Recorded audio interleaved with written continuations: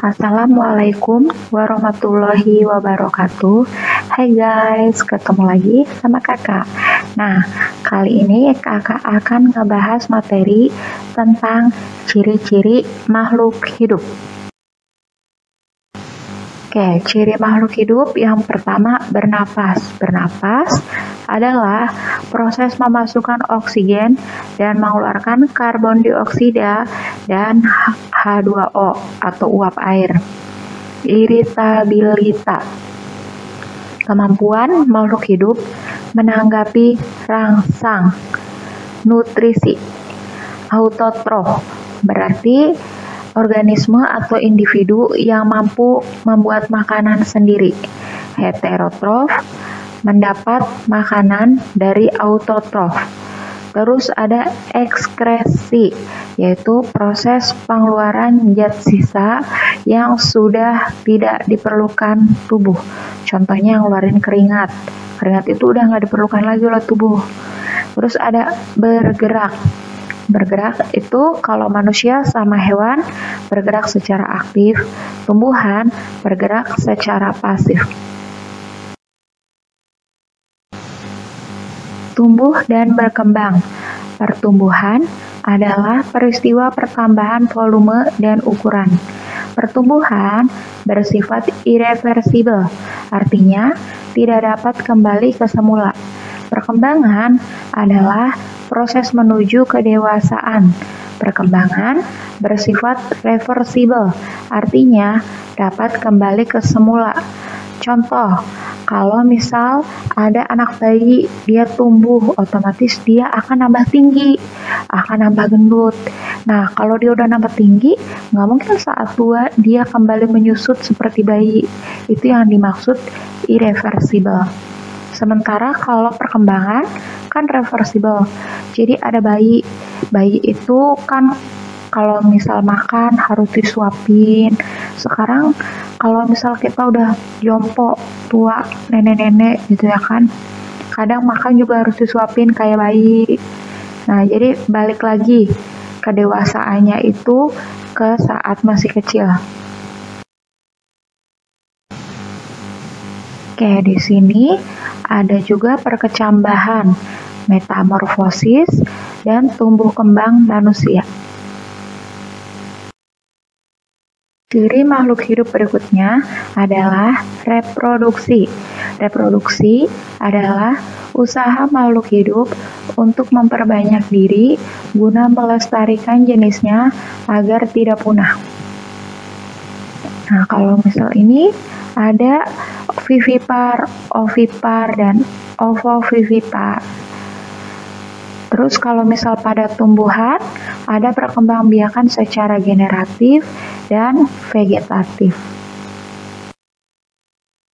Makhluk hidup berikutnya adalah adaptasi. Adaptasi adalah penyesuaian diri terhadap lingkungan agar dapat bertahan hidup. Nah, adaptasi ini dibagi menjadi 3 macam. Pertama, ada adaptasi morfologi, yaitu penyesuaian diri berdasarkan bentuk tubuh. Nah, di sini contohnya adalah bentuk paru burung. Adaptasi fisiologi berarti penyesuaian diri sesuai dengan fungsi kerja alat tubuh.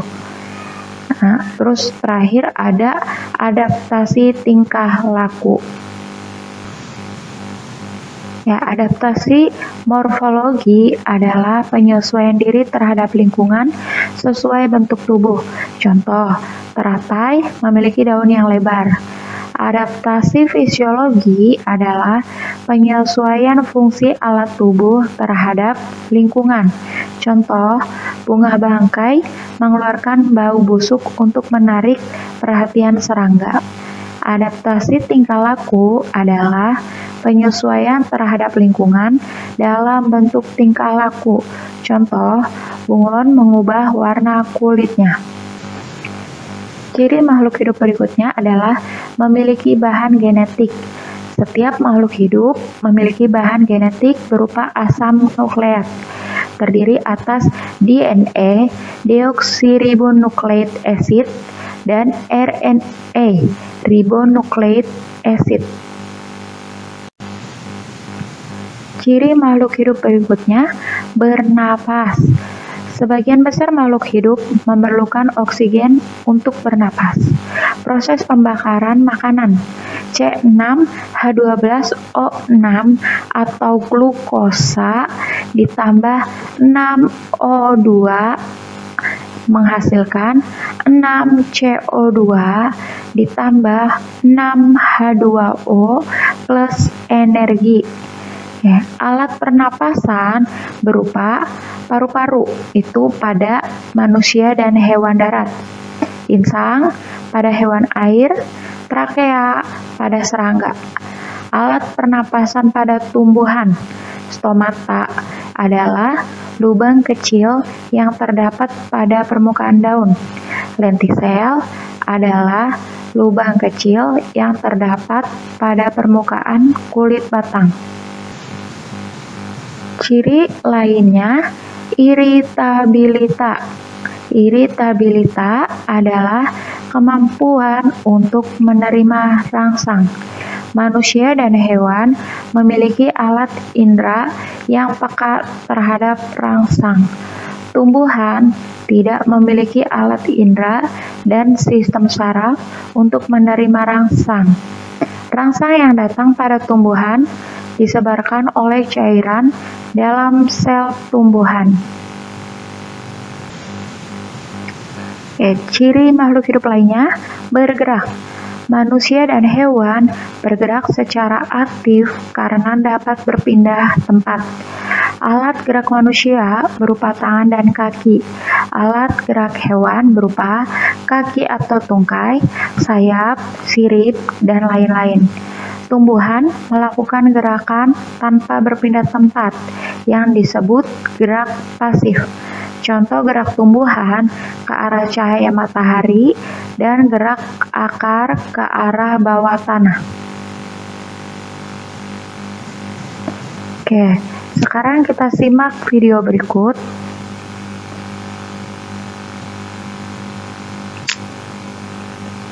Oke, ini adalah salah satu adegan dalam film Harry Potter. Di sini, saat tumbuhan itu tertimpa manusia, dia akan melilit manusia, berarti dia peka terhadap sentuhan. Atau namanya tigmonasti.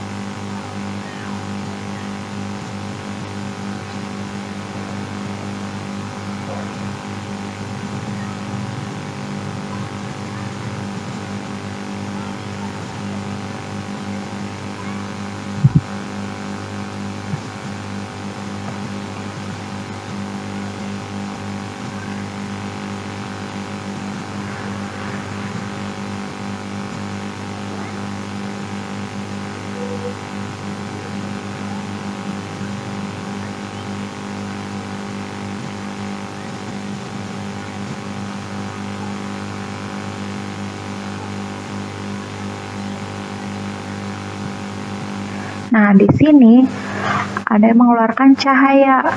Saat dia mengeluarkan cahaya, tumbuhan itu bereaksi terhadap cahaya.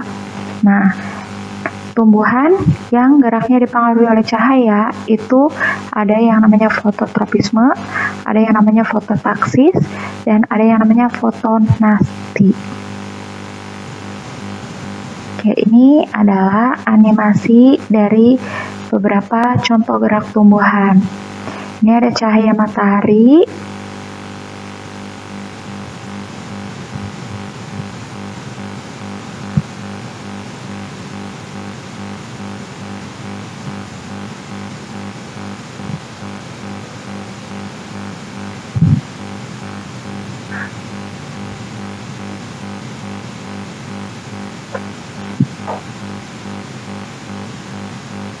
Nah, bisa dilihat di sini tumbuhan ini bergerak menuju arah matahari. Tapi dia tidak berpindah tempat.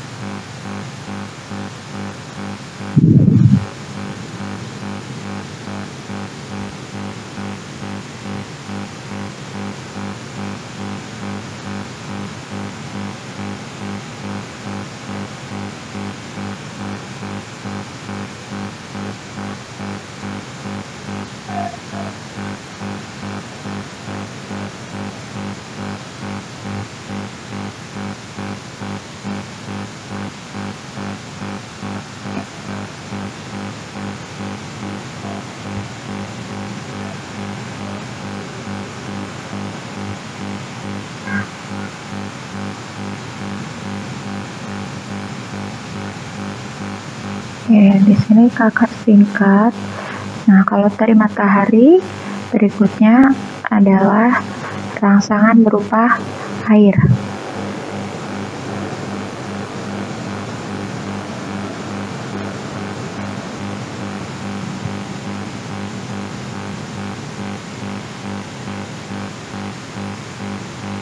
Nah, perhatikan akarnya menuju ke air, tapi tumbuhan ini sendiri tidak berpindah.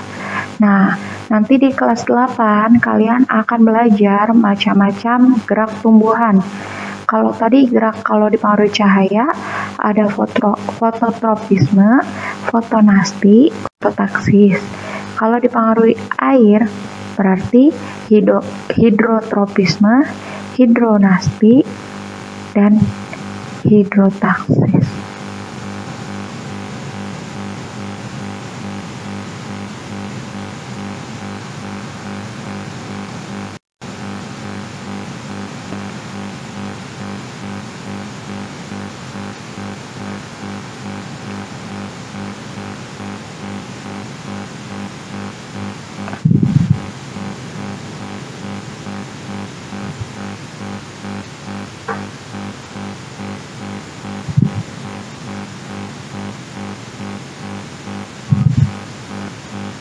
Jadi itu contoh beberapa gerak tumbuhan ya.